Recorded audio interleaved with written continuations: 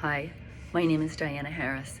I'm here to speak about the second biggest illegal industry in the world, second only to drug dealing, a business that illegally reaps $150 billion a year from incomprehensible pain and misery that no one wishes to acknowledge nor recognize, but I hope you will, namely human trafficking. But more specifically, its largest, most heinous and monstrous subdivision, sex trafficking, of which children are now 50%. Sex trafficking garners $99 billion of that $150 billion industry. Child sex trafficking has various ugly forms: direct selling, online selling, child pornography making. And then there's the customer demand. Why is this industry so big? One child can earn $1,000 a night with 20 men times $50 at 1/2 hour, or 10 men at $100 an hour, at least in the United States. The average seems to be 10 men at $200 an hour from interviews with 73 convicted traffickers by DC's Urban Institute, with no real investment besides possibly clothes, a cell phone to direct the sales of the child, and maybe food if the trafficker provides it. A conservative figure from several older books on the subject would be $50 each for 10 customers a day. That's $500, so you can see why. How can a child keep up? Violence may work for a while, but as the child wears out, he or she is often drugged with amphetamines to be able to keep up with customers' deviant demands. Food, medical care, or anything health-related is not part of the problem. Part of the program, If the child dies, gets too diseased or disabled from sadistic customers or the beatings, torture, or drugs from the trafficker, there are always more abandoned or neglected children to force, especially those from the foster system, for whatever insidious reason. Many of you may already know that trafficking children may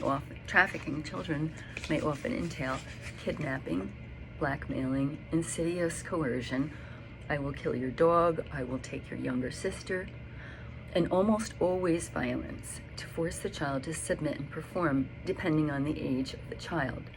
For example, beatings or torture will convince almost any child to cooperate.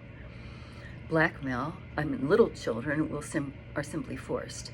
Blackmail will convince any older child to comply rather than have his or her body and involuntary sex acts publicized or exposed to their friends, school, or family, etc.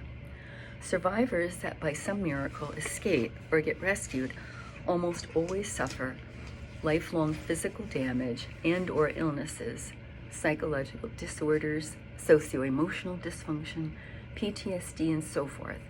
The suicide rate for survivors is over 20%. Constant nightmares and terror of being caught again by past traffickers make their lives a living hell, even for the successful survivors. While the average age of children entering trafficking in the United States, according to the Florida Department of Education, is 11 to 13 years old, like with any addiction, child sex addicts crave bigger highs, which can only be satisfied by younger and younger children. Yes, toddlers and infants are now 17%, and/or more deviant, depraved torture upon them. If you are among the majority, or at least in this country, that thinks the violent rape of a woman is the undesirable act it actually is, logic dictates that the continual rape of a child 10 to 20 or more times a day, every day, has to be 1,000 times worse, physically, psychologically, emotionally, in every way you can think of. There are a few dozen organizations working against this crime, but dozens cannot begin to rescue millions. I'm quickly showing a few books and some articles on the subject after this talk if you're interested. The United States happens to be the worst culprit ever, even internationally, because we have the most money to support it. You may find these facts and statistics on any reputable website that addresses the problem. I'm happy to try to respond to any inquiries about this video including sending emails of articles, information, sources, facts, statistics, etc. that I've collected if you email me. Here's my email address. ConsetPost@gmail.com. Conset Post used to be an old blog, Concerned Citizens. Now that you know, you cannot unknow. Please help in whatever capacity you feel able. Education, awareness, aftercare, donations, fundraising, volunteering, anything. Evil triumphs when good men do nothing applies here. Have a good New Year, and please help rescue a child.